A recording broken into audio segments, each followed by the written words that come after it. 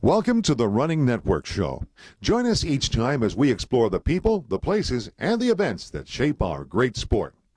Hey, this is Paul McMullen and Larry Eder. And we're here at the 2009 Boston Marathon, and we were able to catch up with Larry. He's doing a lot of Twittering these days, and you're able to probably catch his updates online. But Larry, we want to take a look at an epic day for American marathoning, where both the men and women both placed third today. Let's first start out with the women. Kara Goucher, what did you see? Kara Goucher ran the perfect race for her.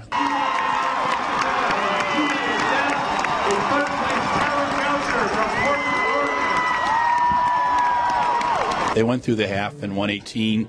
They slowly picked it up. There was a pack of 17 there. Then it dropped to 12. Then it dropped to 5. And at 23 miles, there were 3. Deary Tooney, Selena Koske, and Kara. All 3 of them focusing, running very fast. They dropped a mile down to 5:08. It got pretty exciting. I thought Kara was going to win. I thought she had everything going for her. I thought Selena Koske was just about ready to drop off. But Selena was the 1993 Kenyan champion at 200, 800 in the heptathlon in the Kenyan high school program. The girl has some wheels, and when her and Tooney took off, I think Kara made a tactical move with about 700 to go. She went on a little too far, gave him about 4 seconds, and she fought the whole way in. I mean, there was an 8-second difference, but she couldn't get it. And last year, Tooney won by 1 second. This year, the party was over for her, man, with about 5 meters to go, and she collapsed at the finish line. But Koske is pretty impressive. And the 2009 Boston Marathon champion won it in 2:32.16 from Kenya, Selena Koske.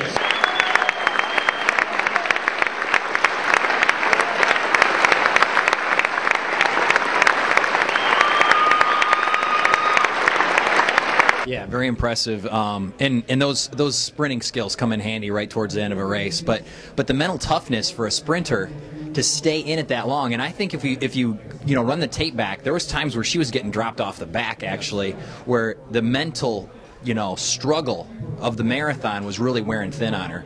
But I got to say that Kara Goucher, her mental toughness as far as the marathon is right on the money. I mean, she had just laser focus throughout that race. Eyes were up, running tall, arms were good up those hills. It looked like her day today. It's really unfortunate she wasn't able to pull it out.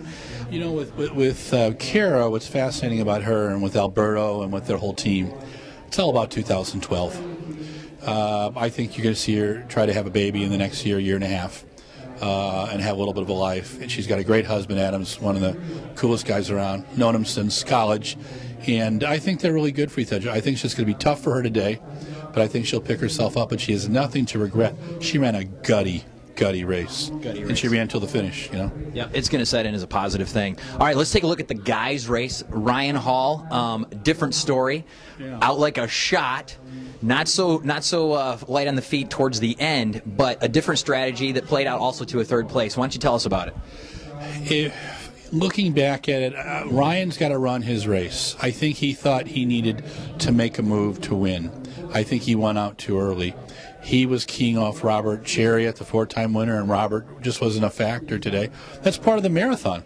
At the end of the day, the winner of Houston, Murga, who had earlier before the race had said that he wanted to be the last lion standing, and I love that line. I'm using it in the blog today. Today, he ran a time of 2 hours, 8 minutes, and 42 seconds to become the 2009 Boston Marathon champion from Ethiopia, Deriba Merga.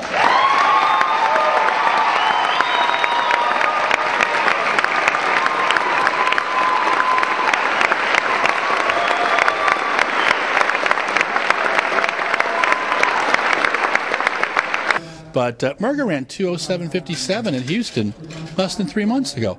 I have no clue how this guy put it together today.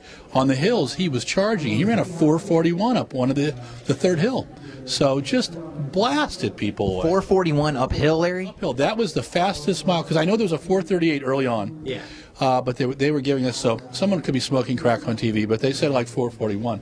But it was a pretty impressive. And Murga, I thought maybe someone could catch him near the end. Right. Hall fell all the way back to 11th, moved up to 8th, 9th, 6th, 3rd, couldn't get past 3rd. Him and Rono were duking it out, and Rono was very strong. Daniel Rono is a tough player, too. I think this was a lesson for Ryan. I think he's got to learn. He's got to be a little more conservative. Right. He's obviously improving. He's our best male distance runner. Brian Sell had kind of an off day. I thought Brian would really pick some people off today because it was one of those kind of races. People were running a suicidal pace the first 10 miles. You know, it was crazy. Yeah, it left a lot of people for dead right on the curb. I mean, there was road kills all the way along on this one, man. Especially when you take off at a 4:38 pace, it was just absolutely blistering. I got to say though, there's got to be a lot of people out there that are really excited to see the kind of intensity, the kind of courage that Ryan Hall showed today, running in a world-class field like here at Boston. And he ran to win. That was all it was about. And that's the first time we've seen that in a while, for sure. Yeah. A lot of times Americans tend to make excuses. What we're starting to see now is a generation of young prep runners who are communicating by blogging and twittering and training and stuff together and getting to go to events like the Nike Indoor and Outdoor. And then you see events like this where, because of a lot of coaches, a lot of athletes working together, a lot of people asking the hard questions, how do you make American distance running better?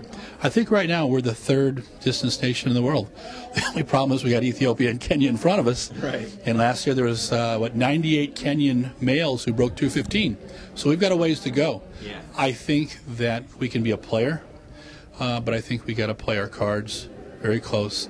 We got to run smart races. I think Kara ran a very, very smart race. I think Ryan ran a gutty race. There's a difference between smart and gutty. I'm not going to tell him what to do because, I think he's a good guy and he's got great people around him. They know better than I do. Yeah. But I want to see these guys win Boston. Really, and they do too. Yeah. And I think that there'll be some evaluation, some soul searching. I don't think Kara could have done anything different. No. I think she had a couple little moments, about 24.5 miles, where it was really tough. I think Ryan could have done a couple things that would have saved him a little energy here at the end. But Murga was the last line standing, man. He was tough today, and you have to give him credit. Yeah. King of the hills for sure with Murga. Well, thank you so much for watching here on the Running Network. We're bringing you coverage today from the 2009 Boston Marathon. I'm Paul McMullen, and this is Larry Eder. See you soon. See you soon. Take care.